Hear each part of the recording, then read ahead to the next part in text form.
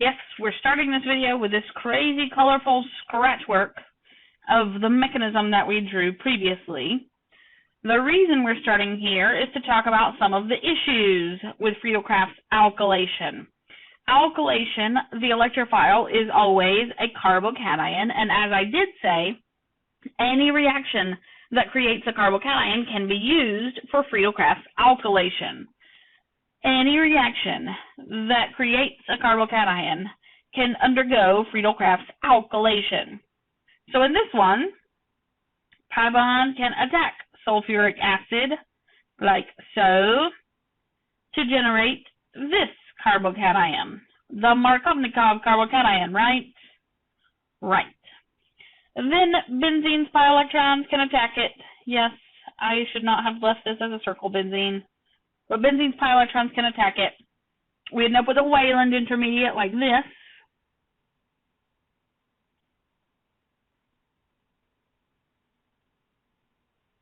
And then some base, somewhere, comes to take a hydrogen from the carbon where you just added your new stuff, and you get your final product, which is this. Yep, that's it. This one down at the bottom is a secondary alcohol with acid like H2SO4. You can protonate that alcohol, make a good leaving group, and then let it go. You get this carbocation. That is not a mechanism. I skipped a step. There's an intermediate missing. I know. We're just predicting the products. PTP. Predicting the products of these things. You get that thing, and then you get a Wayland, and then you end up with this guy as the final product. 4 carbons connected by the second carbon in a line. Yep. Any reaction that makes a carbocation can undergo Friedel-Crafts alkylation. I do say that and emphasize that, but I do actually want to make one more addendum to that. If these had been like HBr, Br is such a good nucleophile that the bromide will likely attack the carbocations that you make rather than benzene. It's got to be pretty dire conditions for benzene to attack things because benzene's stubborn to react. It's relatively inert. So these acids that you use, I have a laser that's showing, supposed to be, the acids that you use need not be acid halides like HCl, HBr, HI, because those halogens are good nucleophiles themselves. You got to make sure to use an acid that has a bad nucleophile conjugate base. Okay. Okay. Next, we make an electrophile. Chlorine attacks aluminum trichloride. Cl, AlCl3, with a minus, with a plus, and that leaves, and you say, ooh, and I also say, ooh. What kind of carbocation is that we just created? That's a primary carbocation. And that is generally a no-no. That is generally a no-no, a primary carbocation. Page 879 of your textbook has a little gray box paragraph that talks about this reaction specifically. And it says, we drew these mechanisms, we, the textbook, drew these mechanisms like they go through a primary carbocation, but we know that a primary carbocation is too unstable to form. What really happens is there's something called an incipient carbocation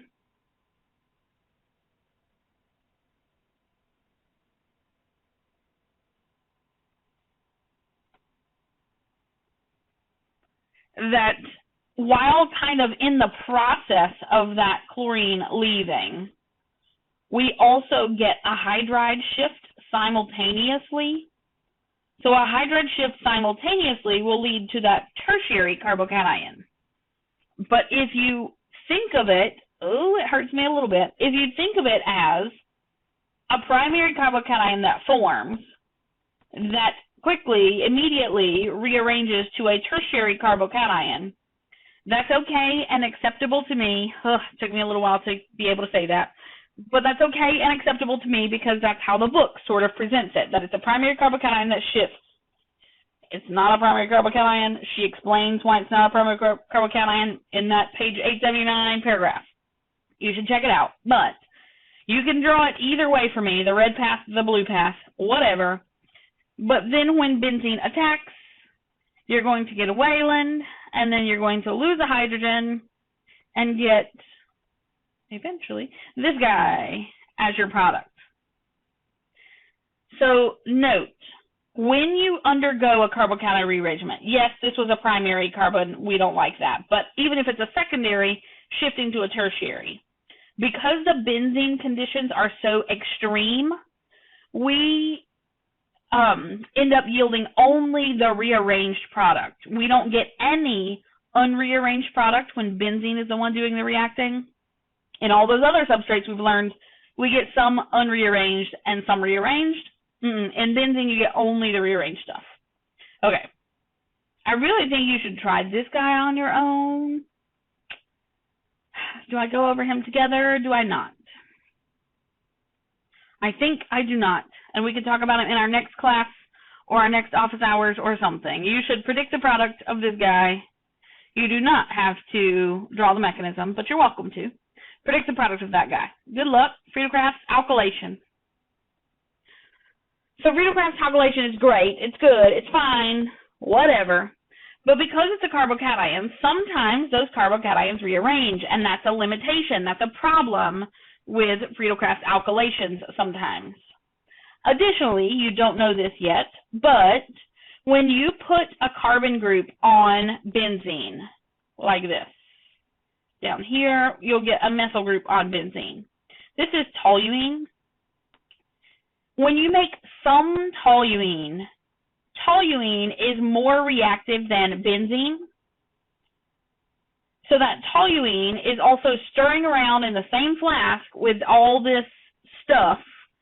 So that toluene reacts further to put on another methyl group. Maybe it goes here, maybe it goes there, maybe it goes everywhere. I do know the answers, but we're just going to leave it like that.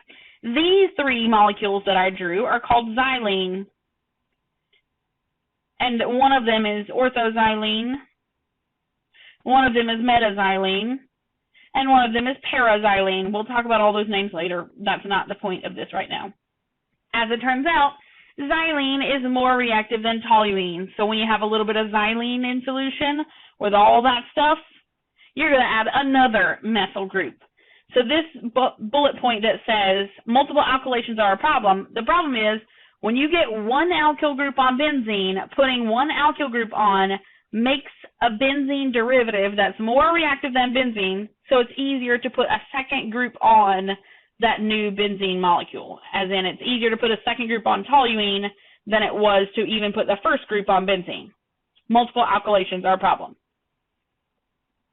And this last bullet says it doesn't work with strong electron withdrawing groups on the ring. Make yourself a note that says with meta directors. I know we don't know what that is yet. We're getting there. But with meta directors. It doesn't work with meta directors on the ring. Yep. Strong electron withdrawing groups, aka meta directors. This guy is a meta director. This guy is a strong electron withdrawing group. Therefore, when you try to do Friedel-Crafts alkylation, you don't get nothing. You don't get any product out of this thing. None at all.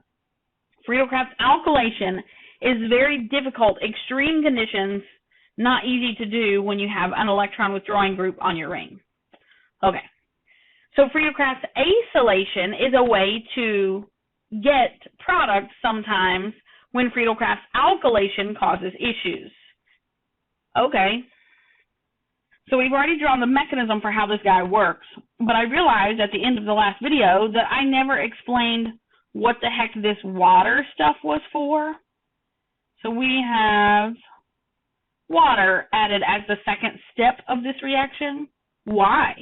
We drew our green product over here without ever using the water. Well, remember, AlCl3 is a strong Lewis acid catalyst. So the reality is, at the end of this mechanism, you've got a product that has lone pairs on it. And when you have something that has a lone pair, your Lewis acid catalyst is likely stuck to that lone pair. like so. It's positive on that oxygen. It's real small. So in order to get these two things unstuck from each other, the product that you want away from your Lewis acid catalyst, you add water to sever the bond between your Lewis acid and your real product. So the water is not something that's part of our mechanism. We don't have to draw how that forms, but you're going to end up making something like aluminum hydroxide, which is an insoluble compound. That stuff starts to precipitate out of solution when you add water. But the reality is you don't care what happens to it as long as it takes away the aluminum trichloride, Lewis acid from your product. So adding the water is not something that's visible in the mechanism to see what happens, but it's something that's actually necessary when you do this reaction. We get this product in the end, even though we didn't show water doing anything in the mechanism. Okay, so this little thing that's not visible up here, let me clear it off. This little thing says acid chlorides or anhydrides can be used. What that means is acid chlorides or anhydrides can be used to make your electrophile. The blue steps in the reaction that we were given was chloride attacks aluminum, makes a chloride with a positive and aluminum with a minus, and then that chloride leaves to make you an acylium. That's not supposed to have a bond there. I gotta erase that. Like that. Acylium. If you have an anhydride, that's maybe a new functional group to you, but an anhydride is one we need to get to know now because it's coming soon. We're going to do lots of reactions with anhydrides. An anhydride is a carboxylic acid that has two carboxylic acids that have been joined together and lose water in the process. Anhydride. It reacts the same way, in general, that the oxygen, the singly bonded oxygen, like the singly bonded chlorine, attacks the aluminum trichloride, like so. And then the aluminum trichloride bit leaves, and you get the very same acylium ion. Whether you started with an anhydride or started with an acid chloride, you get the exact same electrophile either way.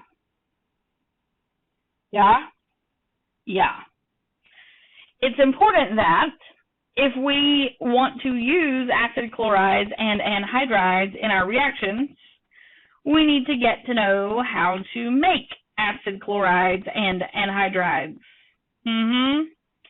If we want to make an acid chloride or an anhydride, it always starts with a carboxylic acid. The reaction, the reagents to make an acid chloride, it's a familiar one, SOCl2 and pyridine. Turn that OH into a Cl. We've seen it turn an OH into a Cl before. We saw it do that with alcohol. If you want to make an anhydride, I said an anhydride is two carboxylic acids where you've lost some water. So you heat carboxylic acids, and you heat them, and you heat them, and you heat them. And you heat them, and you heat them, and you heat them, and water leaves, and you get an anhydride out of that without water, anhydride. Sometimes you add something like P2O5. That's a dehydrating agent. We will talk more details about both of these reactions as we move on and learn more about acid chlorides and anhydrides themselves. We have a whole unit on carboxylic acids and their derivatives. These two guys are derivatives of carboxylic acids. Yeah, we'll talk a lot more about these things. One little thing of caution that this bullet back here says, beware of cyclic anhydrides. What does that mean? It means if we have a cyclic anhydride, what kind of product are you going to get out of it when you add to benzene? Here's a cyclic anhydride. If we add AlCl3 to that cyclic anhydride, bada bing, bada boom, we get it connected like so. And then one side departs, But, oh, it doesn't go very far because it's a cyclic molecule. They're still connected. This is my acylium. So if we add benzene to this acylium, we're going to end up with this thing. 1, 2, 3, 4 carbons. 1, 2, 3, 4 carbons. And officially, the AlCl3 is still stuck to your stuff over there. Remember, we just said you need to add water to get rid of that Lewis acid that's clinging to your product. So when you add water to this thing, your final product is this guy. He's got a ketone, and the carboxylic acid. That carboxylic acid came from the other side of your cyclic anhydride. You just busted open that cyclic anhydride. Yeah. Beware of cyclic anhydrides. They can cause kind of confusing products. All right, and that's all the recaps, all the information about Friedel-Crafts stuff. We will go through other reactions in a new video.